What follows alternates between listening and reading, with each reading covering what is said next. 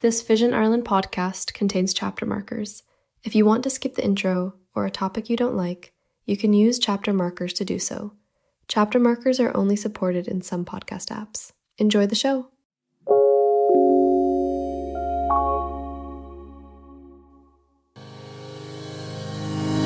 Welcome to Talking Technology with VI Labs. At VI Labs, we believe technology is the single greatest enabler for people with sight loss and all disabilities. If you're looking for the latest news and conversation on tech from a more accessible perspective, you've come to the right place.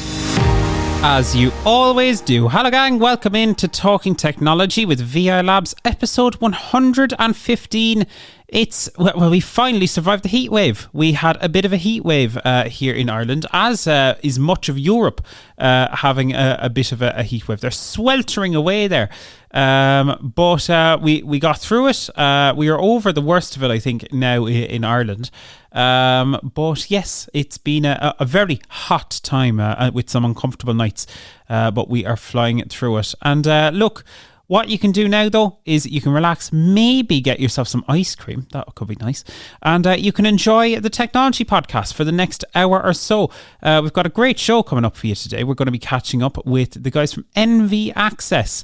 They're, of course, the makers of NVDA, where they'll be telling us all about the new screen magnifier that they are introducing to NVDA, among other things. So lots to discuss over the next little bit. So do be sure to stick with us and subscribe as well for future episodes. You know, this episode, it's going to be fantastic, but you're going to want all of the episodes, so do be sure to subscribe for those as well.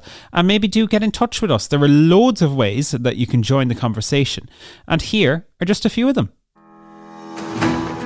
So if you would like to chat, give us your thoughts, your opinions, your views on anything that we talk about on Talking Technology, we'd love to hear from you. You can send us a WhatsApp voice note. You may have noticed that WhatsApp voice notes are slowly but surely getting a higher audio quality now as well, so it's even better for us. It's brilliant. You can send a voice note to us on WhatsApp. The number that you need there, it's 086 199 0011. That's 086 199 0011. Or if you would like to get in touch with us by email, you can do that too. You can send us an email to content@vi.ie. That's content@vi.ie. There you go. So there are loads of ways that you can get in touch with us, and we'd love to hear from you. We won't need to give you the number in future because WhatsApp, I don't know if you've seen it, but they're introducing tags, usernames kind of similar to those that you'd see on the likes of Facebook and Instagram and Twitter and X and all of those. They're coming to WhatsApp now as well soon. So who knows? We'll be telling you to send your messages somewhere new, perhaps. But anyway, loads of you are doing it the right way as it is. And we have loads of voice notes in from you over the past week or so. So to catch up on that and more, I'm joined from Kilkenny by Mr. Joe Lonigan. Joe, how are you, sir? I'm good, David. I'm just getting over the shock of the heat wave. But I'm still here anyway. And I purchased a Princess fan, hot and cold fan. So obviously I was only using the cold part of it last week. So yeah, it's not accessible, by the way, just in case anyone's thinking of getting one. The app is fairly it's a smart fan as well. The app is fairly a poor effort really, but we got there in the end, and there's a manual remote control. So that's my new tech, David. And I did see another really good one that I'd recommend to people as well. There's a Shark Flex cooling fan, and I probably should have went for that one, but maybe that's my next purchase for the next heat wave that comes in 2028 or something. You know, we don't get too many of them. We sure don't. And what makes a fan a Princess fan, Joe? Is that like a brand, or is it pink or something? That's the brand, because they have other devices, and they have an app called Princess Home. So they have many other devices to do with cooling and air conditioning and all that kind of stuff. And it was €150, that particular one. Wow. And the Shark one I looked at was 120. So, but that didn't have heating on it. So I was kind of buying two for the price of one, if you know what I mean. Even I'm thinking of the winter ahead, David. You know, not just. It's not all about today, you know. And there was me thinking you were on the beach, Joe, with your bright pink fan there, but no, Princess, the brand of the fan. No, it's black, all black, and it's a tower. It's about 3 foot tall, and it's very skinny and sleek. Yeah, but I suppose everybody's their own, but I wouldn't purchase it again because of the app, but at the same time, I can still use it, Fair enough. There you go. Well, listen, we've loads of voice notes in, Joe, and we're starting off this week with views from John on Select to Speak on Android and how sometimes it simply will not speak. Hello, my name is John Reynolds, and I use the Select to Speech feature on my Android phone. One downside to it is if you go into certain PDF files, it'll tell you very often that there's no text found at that location, even though there is a text to be seen on the screen. That's my biggest issue with it. But there are probably better ways of going about it that I'm just not familiar with. Okay, just thought I'd pass that on. Cheers. Thanks so much, John. Daniel, actually, if I bring you in here, so Select to Speak, it's a good option on Android, but it does struggle with some things like Facebook posts and PDFs, as John mentioned there. Yeah, no, that can be an issue, all right. Now, there is a small workaround that John might be interested in. So if he goes back to his Select to Speak settings, and in there we've got our text-to-speech settings, we got our change read and voice, we got read and background. And then there's another interesting option here, which he might turn on and test this for us. It's called Read Text on Images Beta.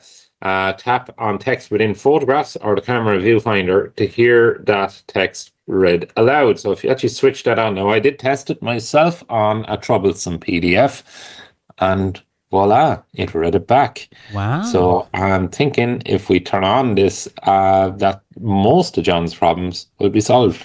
Okay, that's really interesting.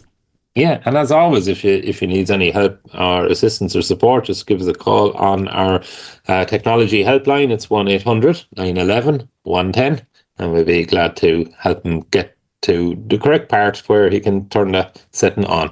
Absolutely. There you go. It's an interesting one. I've always, for things like PDFs, looked at options like Seeing AI, and traditionally would have been Envision was really good on Android as well.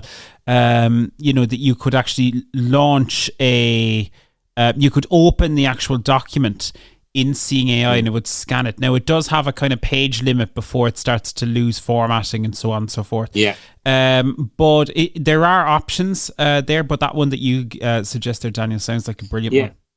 I like the Select to Speak because now, depending on the way you can set it up, a lot of people will set it up that it's accessed by a button in the very bottom right. So traditionally on your Android, you'd have your back button, your home button, and your app overview button, and it puts in a fourth button on the bottom navigation bar, which is basically a little stick man, and you can set that to be your Select to Speak shortcut. So it's always there. And likewise, David, you say, you're going through a large PDF or something like that, you're on page 150 out of 190 or something like that, where other apps would struggle because they process the whole PDF. At least with the Select to Speak, you can just bring it in on that page and use it there. And also, if anybody is using your swipe up gesture to return to home screen, some people have turned off the navigation bar and using the swipe up. If you swipe up with two fingers, you should be able to set that'll also launch Select to Speak. So there's little ways around having Select to Speak.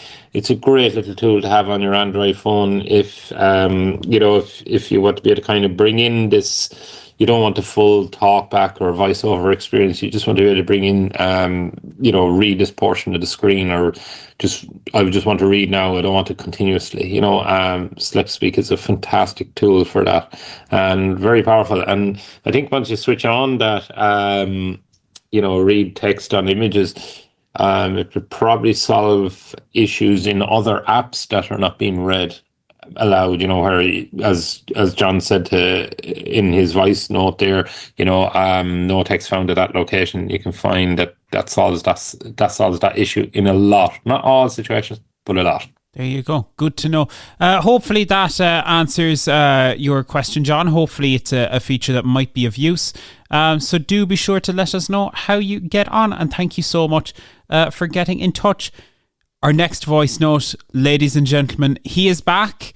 It's been a while, but we got a message in from Edvard to tell us all about a new piece of software that he's been using called OmniDescriber. Here is what Edvard had to say.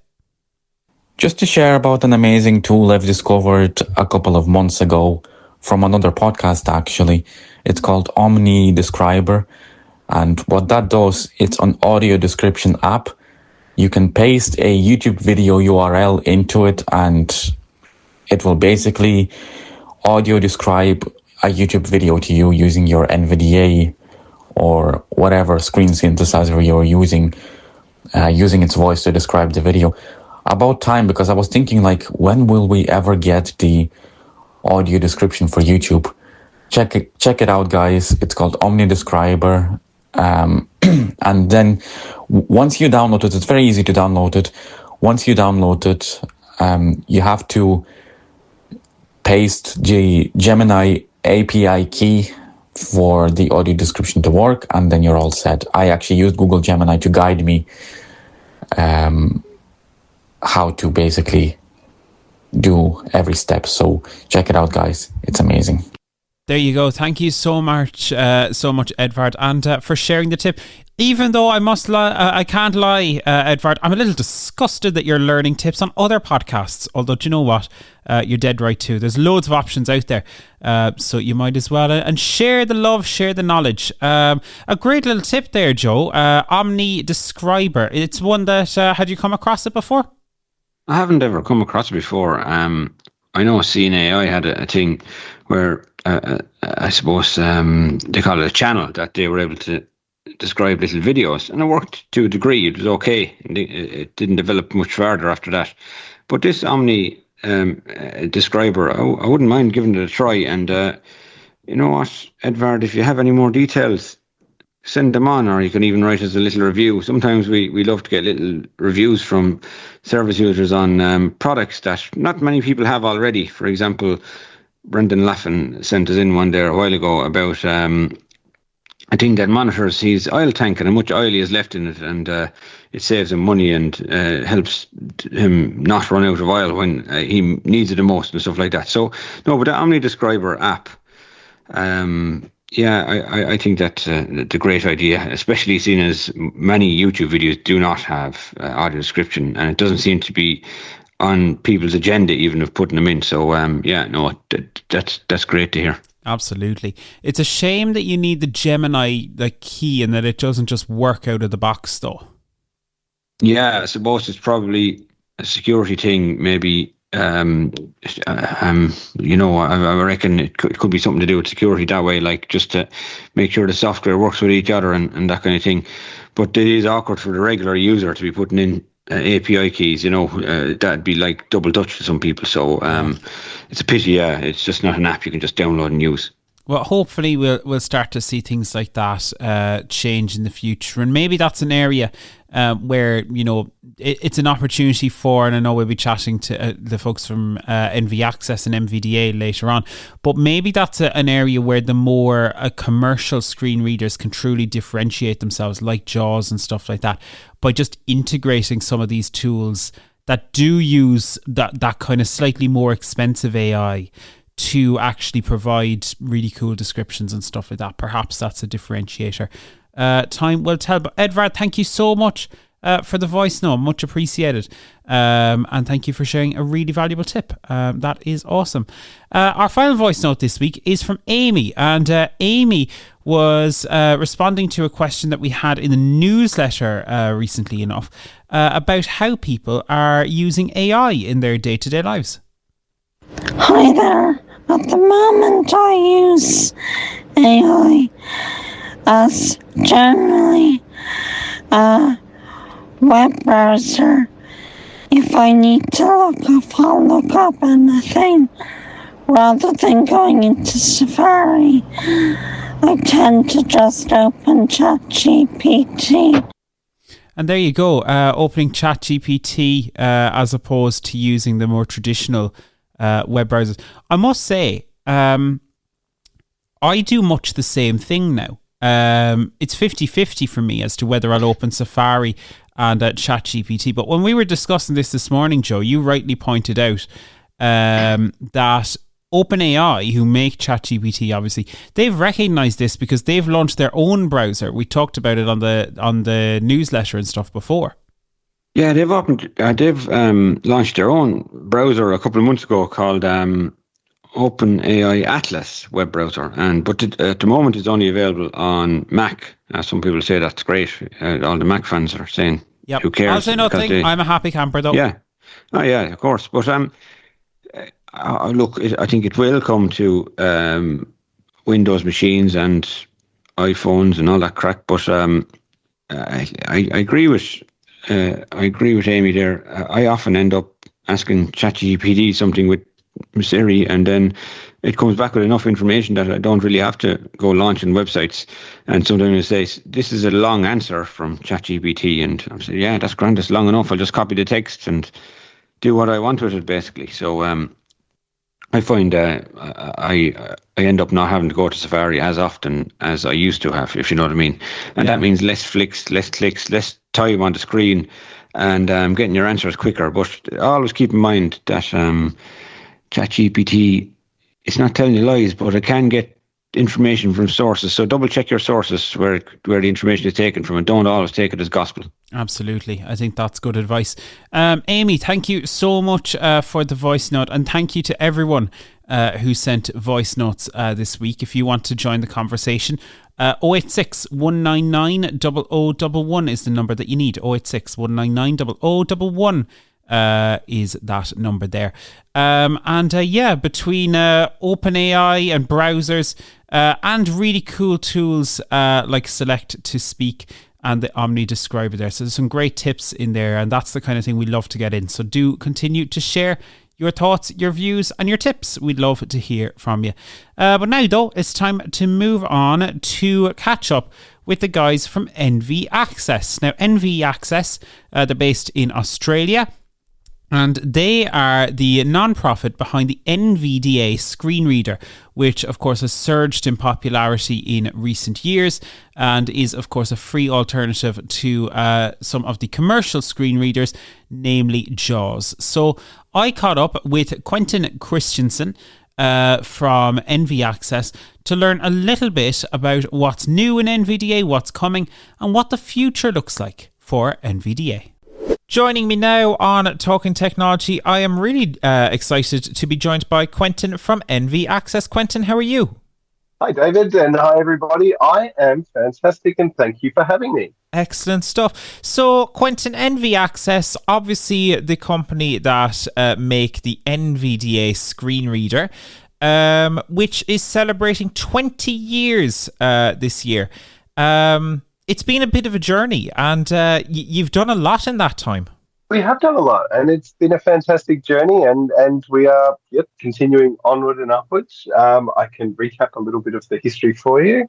Before NV Access, Mick Curran was a young programmer who was looking at what he could do with and in terms of creating a screen reader.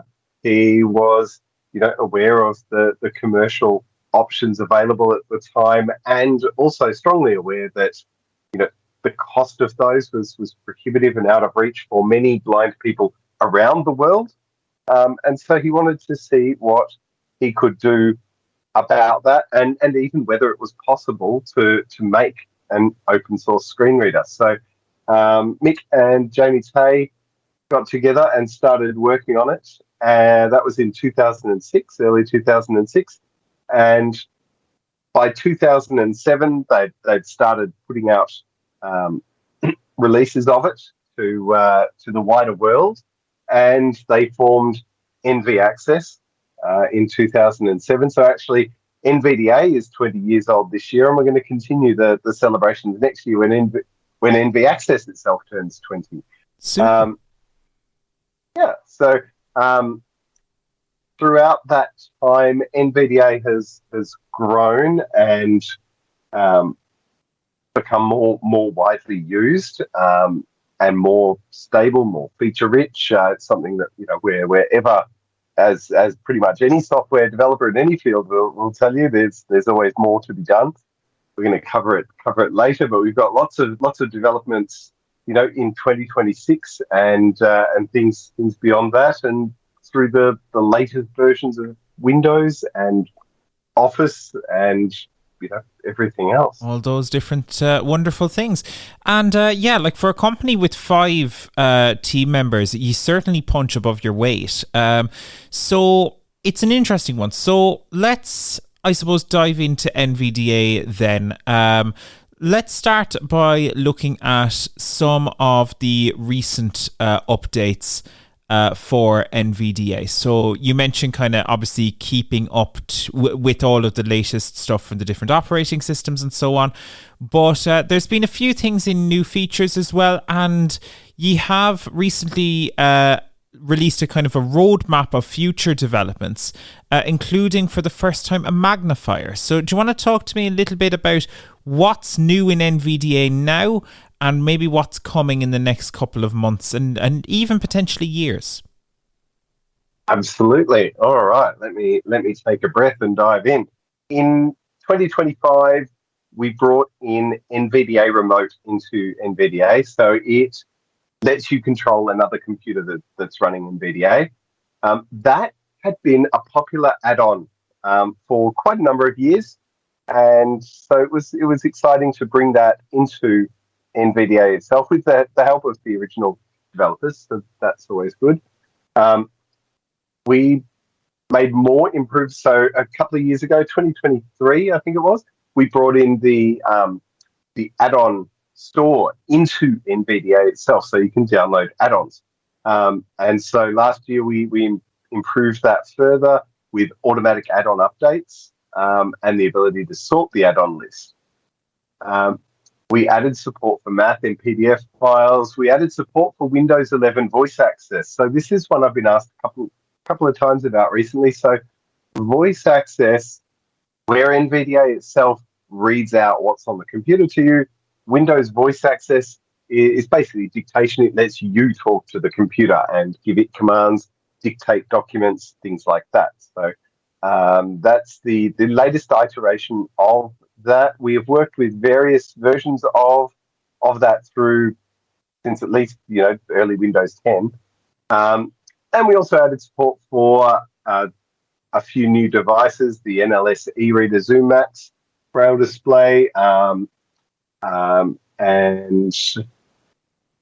a few others. We improved support for the dot pad, for the Monarch, for various other exciting things. Coming to NVDA 2026.1. So the current version, which is available now, has been out for a month or so.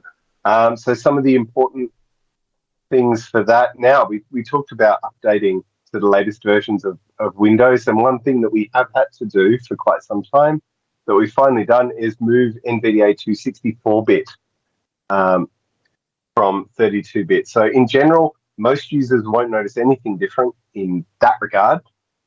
It will just work as it ever has because most computers have been 64-bit for a while.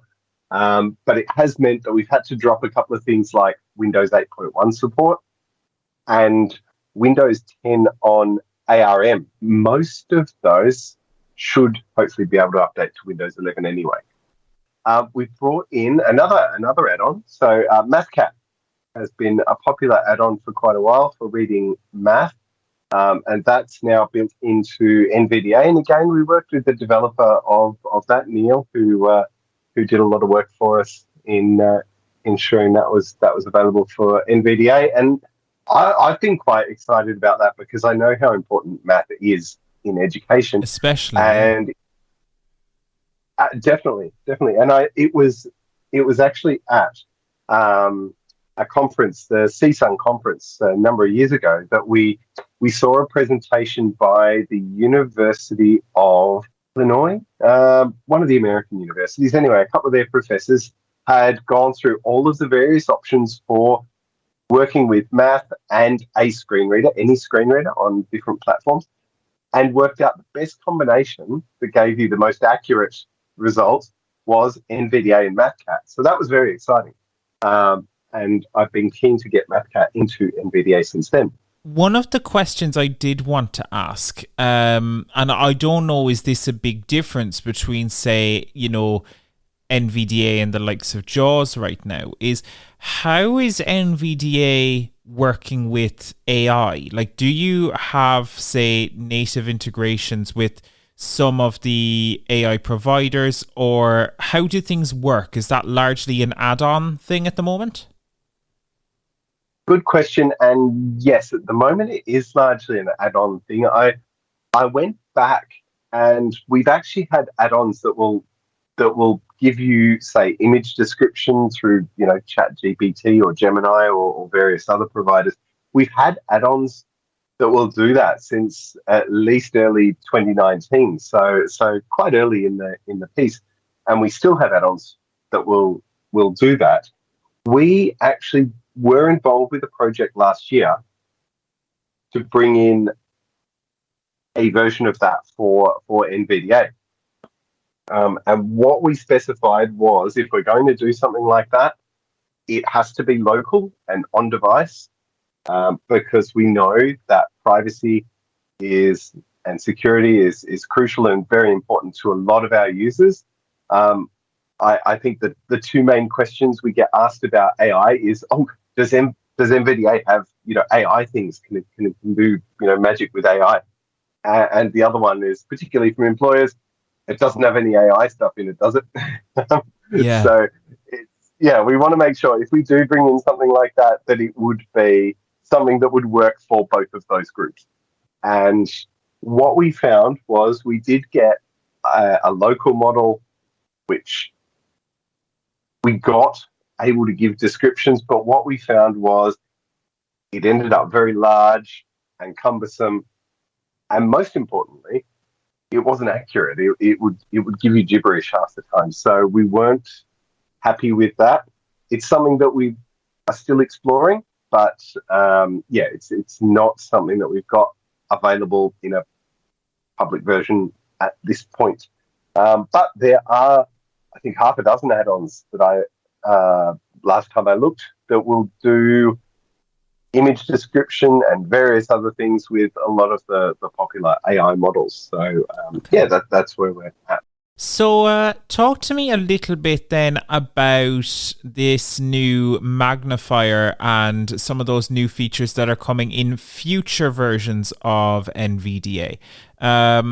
Because this is the first time that, you've been competing, friendly competing, shall we say, with JAWS for a long time. But this time you're looking at something like Fusion, it sounds like. Indeed. And I should start by saying we didn't do this looking at Fusion going, yes, we want to do that. We want to beat that. We looked at this because we got a lot of feedback, particularly from organizations such as yourself, and who work with end users regularly. And what we found was that, as you'll know, a lot of users don't start out being blind. A lot of users start out sighted with a level of sight, whether it's full sight or partial. And it may change and deteriorate. And so they'll go from using magnification to then using magnification with a little bit of speech, to then relying more on that, to then becoming entire screen reader users. So what we felt was that incorporating magnification into NVDA would allow those users to start getting used to using a magnifier and using a screen reader together, and some of the keystrokes of NVDA as they progress. So that's where we've started looking at that. The new magnifier in NVDA, so it's available now in NVDA 2026.2 beta. We just put out beta 4 recently. Beta 5 should be out around probably by the time this is on air. And the final NVDA 2026.2 is probably looking at around early August to come out. So that is basically similar to the Windows magnifier in terms of the features. At this stage, it's got things like color filtering and even touch, pinch, zoom gestures and things like that. One thing which is a limitation of it currently is it only supports full screen mode. So we are planning to bring in docked modes and other modes in future, but for this first release, it's just full screen. Yeah. We have been asked around, but I don't need the magnifier. How's that going to affect me? I don't want it to slow things down. So we're quite conscious of that.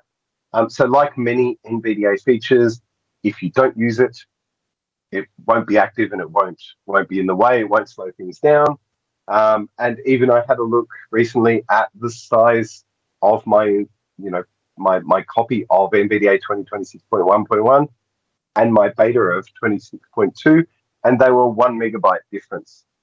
So even on the size that it takes up on your hard drive is minimal. So if you don't need it, don't worry, it's not going to get in the way. If you do use it, then you can have it set so that it will start as soon as NVDA starts with your chosen settings, or you can enable it and disable it as you choose. And will it work on those secure screens like at login and stuff? Yes, it will. Brilliant. It will. So like most NVDA features, you can use it everywhere. I was going to say only in a installed. So if you're trying a beta version, probably one thing to be aware of is we normally recommend using a beta version as a, say, portable copy of NVDA rather than installed, just in case. And those portable copies won't work on secure screens, but that's because they're portable copies, not anything with the magnifier. Sure. Something you've mentioned a few times actually was kind of it being secure, and you mentioned privacy earlier around the AI stuff. One of the comments that we get the odd time when talking about NVDA is that, my employer is not going to allow NVDA because it's open source, and, my employer doesn't think open source is secure, all of that kind of thing. So for those who aren't aware, what does it mean that NVDA is open source? And what are those concerns, and how can people alleviate some of those concerns? Absolutely. So I could perhaps have touched on this when I was talking about the development of NVDA as it came along, and that is one of the big reasons for the success of NVDA with, as we talked about, a very small team. We get around half of our contributions are from the community. We couldn't do it all ourselves. So what open source is basically just that the source code for NVDA, how it's made, is available publicly. You can get the source code for NVDA and you can build it yourself if you know what you're doing. That also means that you can inspect that source code. You can make sure that we're doing what we say we're doing. We're not, collecting lots of data that we're not telling you about or anything like that. And if you find any bugs, you can let us know, or you can fix them. So open source also means we will accept code contributions from the community, from individuals or organizations around the world, and certainly we are a charity. So NV Access in Australia is a charity, and we'll accept donations. But one of the monetary donations, but one of the other ways that both people and organizations help us is through those code contributions, giving us some developer time to fix various things. It also means that if a particular organization is very keen on a particular feature that they use and is very important to them, they can develop for that. They can contribute code towards that, and submit that. So that then brings us to security. Obviously, with people all around the world submitting code to NVDA, we want to make sure that's secure, and you want to make sure that that's secure when you download it as well. So any code that is submitted to NVDA is vetted and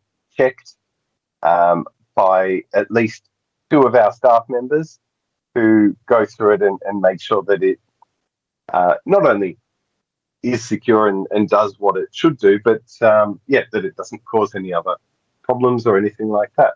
So it is all vetted and checked, and we recommend downloading NVDA from nvaccess.org, our website. And you know that anything you download from us has been compiled by us and made by us, just as if you were downloading another program, you would want to download that from the official developer of that software. In terms of open source take up in industry and the community, what we've actually found is more that many companies and countries are actually mandating the use of open source. They've realized that actually it's a lot cheaper overall to use open source software, not only because, yes, it's usually free, but even when you contribute back to that open source, it's still cheaper than needing to pay somebody else for it. So I think it was Germany recently have announced that code they produce has to be open source, unless there's a good reason for it, and contributed back into the community. Even the US, Australia, the UK all do that, and a lot of the big companies. So Microsoft, parts of Windows have been open sourced, and anyone can contribute to those, or at least download them, compile them, look at the source code yourself. And most of the other big tech companies are also on board with that as well. So what we actually have found, and one thing, we went to the Site City conference in Frankfurt recently, and one thing we found there was perhaps a better explanation, not so much my employer won't use this because it's open source, but I need to make sure that we've got support for this, that it's not just so open source projects can be, or open source software can be anything from, here's something I made on the weekend, it's out there, do what you will with it, to something made by a company like Microsoft. And so if you're an organization looking to use software, you want to make sure that it's supported. If I use this and things go wrong, is there someone I can contact? And so, as well as, yes, I'm available to answer your emails, we do actually have telephone support that you can purchase from anywhere in the world. And we also have a number of companies that do provide local on-the-ground support. That's probably the biggest thing, and definitely that support is something that we are keen to ensure that is able to be provided either by us or by third parties. And Quentin, I suppose then to wrap up from there then, what's next in general for NVDA, and how can people find out more and get NVDA if they want to contribute or just use the software? How can you find out more? So we have a blog that we put out every fortnight on our website, nvaccess.org. And you can also sign up to get that via email. You can sign up for that. You can sign up just to find out when we put out a new release of NVDA, if you want. And you can sign up for a couple of other things as well. So on our website, there's a newsletter link, and that will let you sign up for one or all of those things and more. We also have, since we've talked a bit about corporate use today, we've also got a link there for corporate users, which answers a lot of the questions around open source, around security, around data collection, and things like that. So we are quite happy to work with organizations. And perhaps to answer that last question, around organizations and wanting to deploy NVDA, they are more than welcome to reach out to us with any questions that aren't answered there. You know, sometimes we'll get questions for our license agreement, our privacy policy, all of those sorts of things, which you can find there. And if you don't find them there, you can reach out, and I'm more than happy to give them to you. We are active on social media, so we're NV Access on most platforms. On Mastodon is probably one of our more popular platforms. We are at nvaccess at fosterdon.org, which probably is easiest to get to from our website. Super. Excellent stuff. Quentin, for now, thank you so much. Great catching up, and we should do this again sometime. And thank you as well. I know it's awkward sometimes doing Australia and Ireland coming together, but we made it work. We did. Thank you so much for working out a time with me and for having me on. And I would love to come back whenever you would like to have me. Thank you. Always great to catch up with the guys from NV Access there to learn all about what's new in NVDA and all of their, I guess it's all still going to be part of the same product, their screen magnifier and stuff there, but some interesting stuff and probably good innovation as well. So great to see that. And see where these things are going. If you have thoughts on any of that, we'd love to hear from you. You can send us a message on WhatsApp to 086 199 0011. That's 086 199 0011. Or you can send us an email to content@vi.ie. We get lots of comments in around NVDA and JAWS and so on when we do cover them. So we'd love to hear your opinions. You can find us on WhatsApp or by sending us a good old-fashioned email. But other than that, though, it's time to move on because it is now time for Talking Technology News with the one, the only, the wonderful Mr. Daniel Dunn. This is Talking Technology News. So, with your latest Talking Technology News, I'm Daniel Dunn. Meta have announced a new cheaper version of the Meta glasses without the Ray-Ban partnership in place of a custom design. These new versions also include the action button previously seen on Meta Optics and come in around €100 cheaper. Interestingly, Meta is still working with the Ray-Ban parent company EssilorLuxottica on these new glasses. However, they won't contain any additional branding and will be simply known as Meta glasses.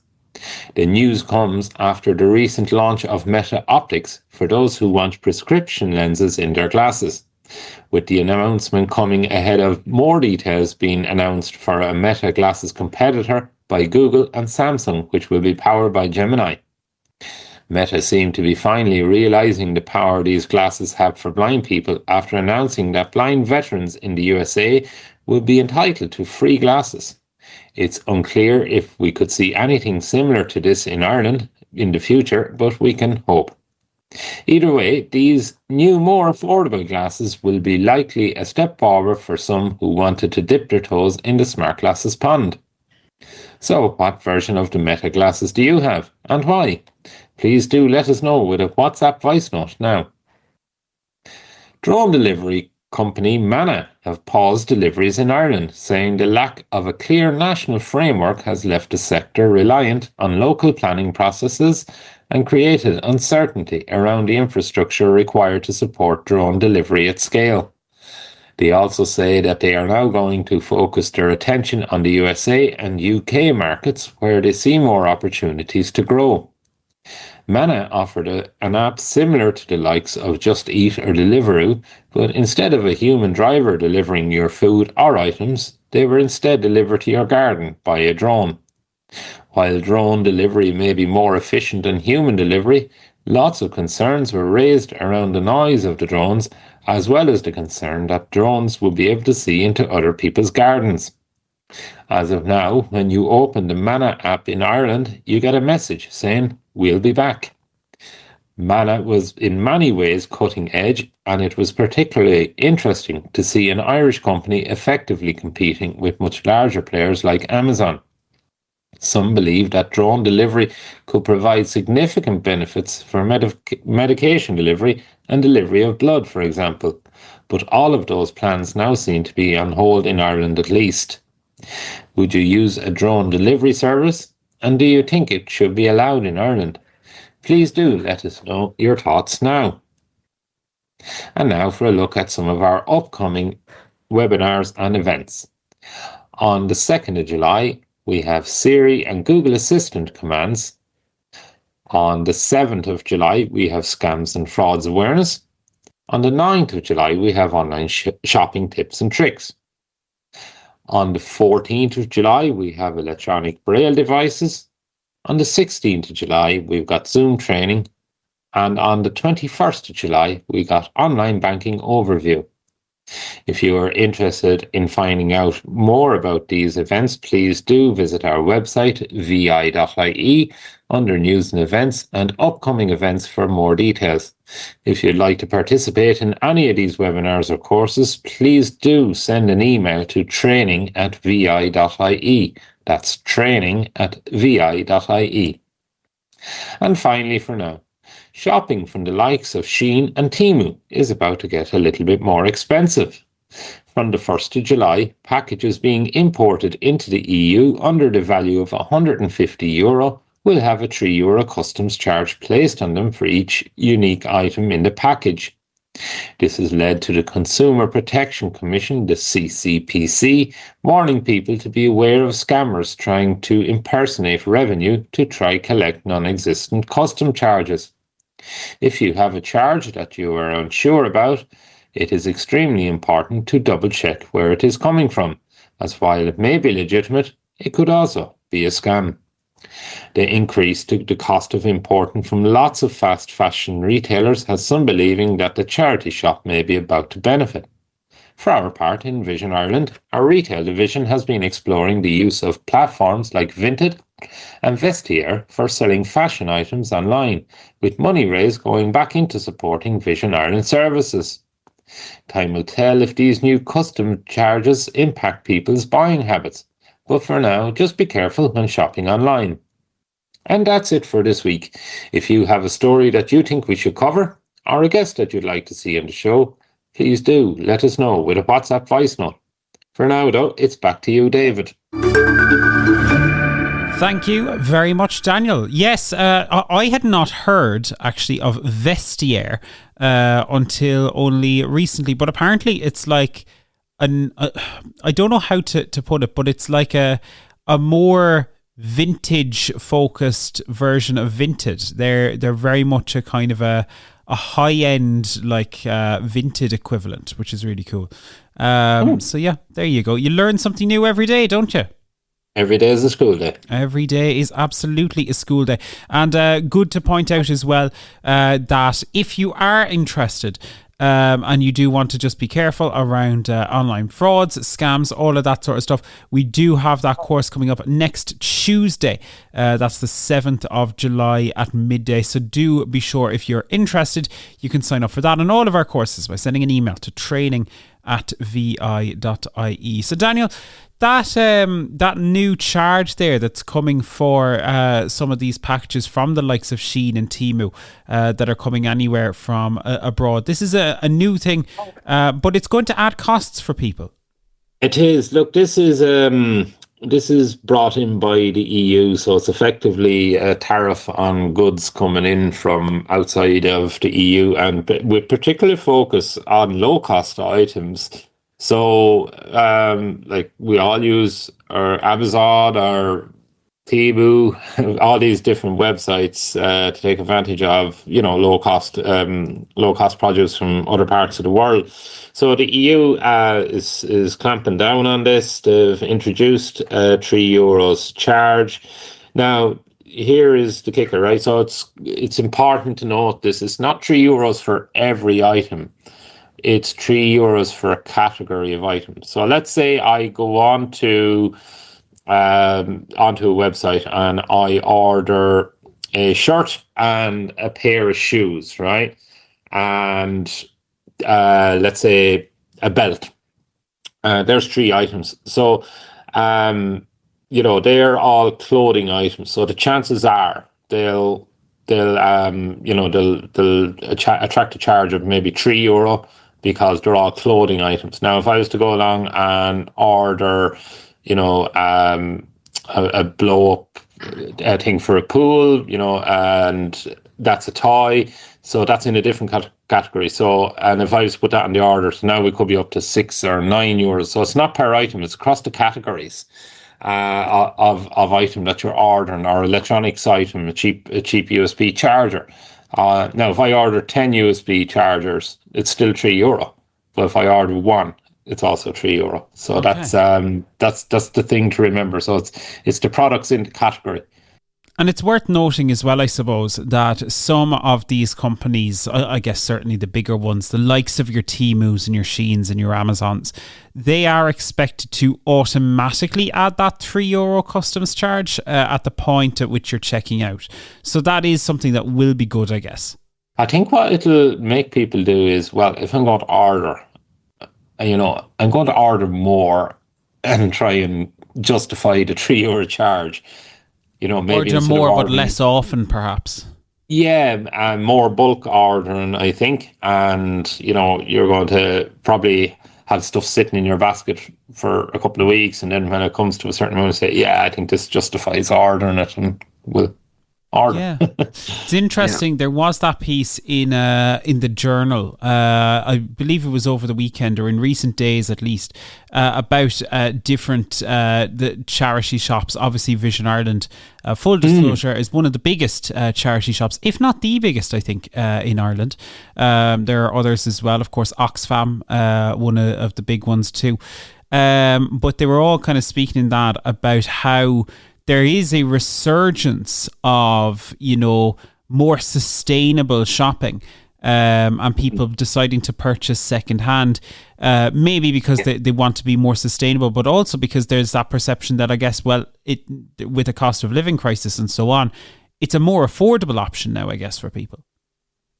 Absolutely, yeah. Look, we all want to be, I suppose, as environmentally friendly as possible. So, instead of just chucking something in the bin that could be perfectly working, getting that item to a second home is a great thing to be able to do. Cutting down on waste, keeping stuff out of our landfills, if we can do it locally and benefit our own community, absolutely, why not? I think it's a very good thing to do. It's not huge effort on anyone's behalf at the end of the day, to consider, is this item good enough for somebody else to take on? Maybe your circle of friends or family don't want that item that you've finished with. The charity shops are always interested in good stuff that somebody else might be interested in. Absolutely. There you go. And you can find out details about all of our charity shops, if that so interests you, on the Vision Ireland website. Joe, there is other stories there as well. New Meta glasses, new cheaper Meta glasses, more to the point. Yeah, this is a brilliant story because these cheaper Meta glasses have the action button, and they're made by the same, I suppose, the same makers that make the Ray-Ban glasses. There might be a cheaper plastic, but apparently, by all accounts, they fit really well because they've got a more flexible hinge in the arms, and they also suit some prescription lenses a little bit better because they're more flexible, and they have a couple of nose pads to make them fit better. So that's all positive stuff, and a lot of people say the cameras are as good, if not better, than a lot of the second generation versions. So with a €309 is regular price that I've seen them at, or the average price I've seen them at. So that's actually very good, and it really means Meta are trying to steal a march in that market, and get as many people as they can. They also have the action button, which I think is amazing, especially for people that don't want to keep saying "Hey Meta" going around. It's a bit like it can be a bit weird for people to keep doing that. So rather than keep doing that, you can tap a little button, and you can set that button up to say something like, "Hey Meta, take a look and give me a detailed response of what you can see." Or you could say, "Hey Meta, take a look and read any text you can see." So there's lots of different things you can do, and you can, I suppose, make it to suit yourself. Which is always what you want, ultimately, Daniel, were you going to come in there as well? Yeah, I think it's a very interesting timing, as Joe said. Very interesting development, but a very interesting timing, and it's kind of alluded to in the article there. With the expected launch of Google and Samsung and Apple smart glasses. We're inching closer to that time of the year where these big guys are going to come out with their announcements, I suppose to get ahead of the Christmas market. Should I say that word in the middle of June? I'll allow it. We'll allow it. Yeah, so it's interesting that Meta are looking at it as this is their warning shot to the guys, coming into this market now. The big boys are ready to play a ball. This is their warning shot. We're going to keep the prices honest. So, and as Joe says there with the action button, I think that's a fantastic a fantastic thing that will, because people are conscious. I won't say everybody, but a lot of people are conscious out there and said, I don't really feel like going down the street and shouting, "Hey Meta, take a look." So to have that action button, I think that is really sweet. So Meta are hitting in with two big things there. We got our price down, we got our action button. Let's throw it back, because they probably know that Google and Apple are probably at the final design stages of their glasses. So who knows what they're going to bring. It's going to be interesting. And this competition, it can only be good because it leads to better prices for consumers. And hopefully as time goes on, it'll lead to better products for consumers too. Yeah. Better innovation. Absolutely. There you go. So exciting times ahead on that for sure. Absolutely. A very exciting one. The final story then to touch on this week is one that we didn't cover in detail in tech news, but Waymo, self-driving company Waymo, they have announced that they have registered an entity in Germany because they are planning a European expansion. Who knows what that will look like, or whether it will come to Ireland. We can't seem to have the drones in the air, but maybe will we have the self-driving cars on our streets, Joe? Are you a fan? I am a fan, of course, and the dream is to have a self-driving car. God knows what it'll cost, but we'll have to put pressure on for a grant sometime, David. Who knows? But I think the Waymo, amazing. Yeah, the Waymo's it sounds very interesting, and I've seen a couple of videos, even from the American version on YouTube, and I've seen some blind people using them over there, and I'd love to try one. And in Germany, I suppose they do manufacture cars, and they do really good job on manufacturing as regards planning and stuff like that. So I'd imagine their roads are a little bit ahead of ours. We won't go mad and criticise our lovely rural roads too much, and hopefully these Waymos have cow detection if they come to my neck of the woods anyway, because you wouldn't know what's crossing the road down here sometimes. But I think, look, we're a bit away from it over here, but I do love hearing about the innovations, and one day I think we'll get there. Absolutely. I do want to, when they launch in London, that's going to be close enough to home that I'll probably be able to try one, and I do really look forward to that, because I think it's going to be like the potential for how that could enable someone who's blind or visually impaired to literally go anywhere they want to. The potential is incredible. Oh yeah. I think you could do a report on that, maybe a live report from London, David. That's something to really look forward to. Absolutely. So who knows? Exciting times ahead. But hey, if you have thoughts on any of the stories we covered, we'd love to hear from you. You can send us a WhatsApp voice note if you would like. The number that you need there, it's 086 199 0011, or you can send us an email to content@vi.ie. And again, if you would like to sign up for any of those courses that we do, we've got the Scams and Frauds one coming up next week. Even this week, we've got the one for Siri and Google Assistant commands. We've got loads of different online talks and webinars that you can attend. All you got to do is send an email to training@vi.ie and just express your interest, and one of our training team will be in touch. It is as straightforward as that. But other than that, that is our show. Thank you so much for listening over the last hour or so. We hope you've enjoyed it. And we will be back in 2 weeks' time for another episode of this chaos. So be sure to subscribe wherever you get your podcasts, and we'll see you then for another episode of Talking Technology with VI Labs. See you soon. Thanks for listening to the Talking Technology podcast with VI Labs. If you'd like to support our show, please visit vi.ie/donate. Talking Technology is proudly sponsored by IA Labs, the market leader in digital accessibility services. IA Labs, digital inclusion, your legal obligation.